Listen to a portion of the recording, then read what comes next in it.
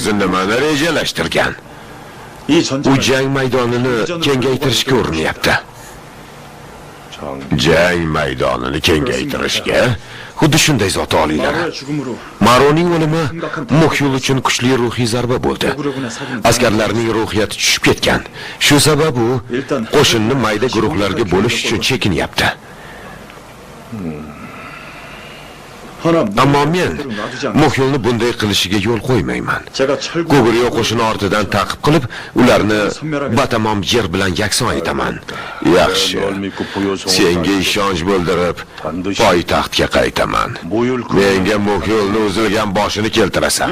Xo'p bo'ladi, zot oliylar.